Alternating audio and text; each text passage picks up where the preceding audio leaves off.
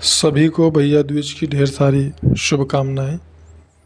यहाँ पर हम विशेष जानकारी देंगे एक दो प्रश्नों के ऊपर।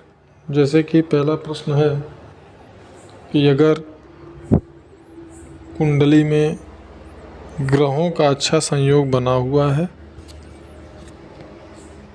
जिसमें कि जीवन बहुत अच्छा चलने वाला है और लाइफ में बहुत सारी खुशियां होनी चाहिए, लेकिन फिर भी ऐसा नहीं होता। वर्तमान की स्थिति कुछ और होती है और कुंडली के हिसाब से जो कुंडली में ग्रहों की ग्रह दशा होती है, महादशा होती है, उसके हिसाब से कुछ और ही होता है। तो ऐसा क्यों होता है, यह विशेष प्रश्न हमें आया है हमारे पास में कि कुंडली में ग्रहों की सभी दशाएं, महादशाएं, अंतर्दशाएं सब अच्छी हैं, उसके बावजूद जीवन में बहुत सारी समस्याओं का सामना करना पड़ रहा है, बहुत सारे दुखों का बौछार लगा हुआ है। ऐसा क्यों होता है? तो सबसे बड़ी बात यह है कि अगर कुंडली की सारी ग्रह दशाओं को लिया जाए तो एक ही समय में बहुत सारे प्राणी जन्म लेते हैं, जीव जन्म लेते हैं, लेकिन कोई भी कुंडली ग्रह दशा, महादशा, अंतर्दशा हमारे प्रारब्ध अथवा कर्मों का अतिक्रमण नहीं कर सकता, विरोध नहीं कर सकता। हमें हमारे प्रारब्ध के अनुसार जो कर्मों को भोगना, जो हमारे कर्म भोग कर्म में सम्मिलित हैं, उन कर्मों को भोगना ही है, उसे कोई रोक नहीं सकता है। किसी न किसी प्रकार से, किसी न किसी रूप में आपको उन कर्मों को भोगना ही है। और दूसरी चीज़, आपने कहाँ पर जन्म लिया। ज्योतिष में काल मुख्य होता है, काल ही प्रमुख रूप से घटने वाली घटनाओं का निर्णय और निर्देशन करने में मुख्य भूमिका निभाता है ज्योतिष शास्त्र के अंतर्गत। लेकिन व्यक्ति के जीवन में उसके आचार व्यवहार विचार यानी वस्तु और दशा दिशा, जगह और संबंधित संपर्क में आने वाले व्यक्तियों का भी उसके जीवन पे बहुत ही विशेष प्रभाव पड़ता है।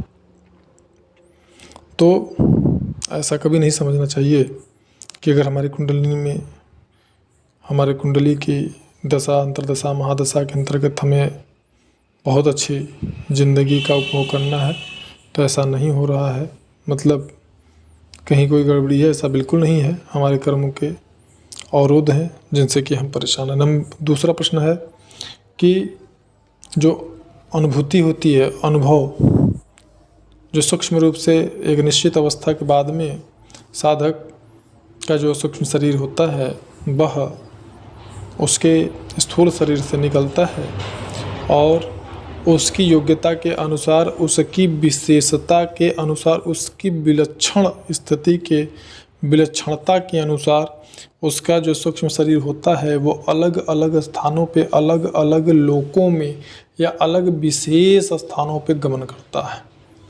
तो ऐसी परिस्थिति में कभी कभी देखा गया है कि साधकों के ऊपर अगर किसी प्रकार की बुरी शक्तियाँ कोई प्रहार करती हैं या उनके साथ में कोई अनैतिक घटनाएं घटती हैं तो वो घटनाएं, वो प्रहार या चोट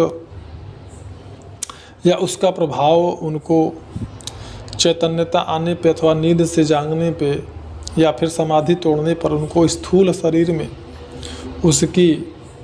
उसका जो प्रभाव होता है, उसका जो एहसास होता है, उसकी जो अनुभूति होती है वह स्थूल शरीर में उनको महसूस होता है। तो ऐसी परिस्थिति में बिल्कुल यह न सोचने लगे कि हमें किसी प्रकार की कोई विशेष नेगेटिव एनर्जी जो है वो प्रभावित कर रही है। बिल्कुल ऐसा नहीं होता है।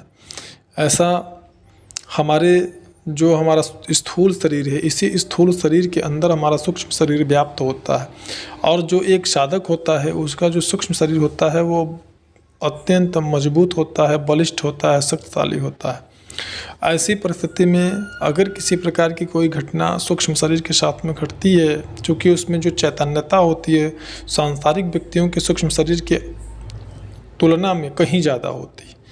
मतलब अगर एक सांसारिक व्यक्ति के ऑरा को देखा जाए अगर दिव्य दृष्टि से, तो सांसारिक व्यक्ति का जो ऑरा होता है वो मलिन होता है, गंदा होता है, और जो एक साधक का ऑरा होता है वो बहुत ही ज़्यादा प्रकाश युक्त होता है, सफ़ेद कलर का होता है, मैले कलर का नहीं होता, सफ़ेद का प्रकाश पुंज की जैसा होता है, और उसके सूक्ष्म शरीर में चैतन्यता अत्यधिक होता है, बहुत ज़्यादा होता है।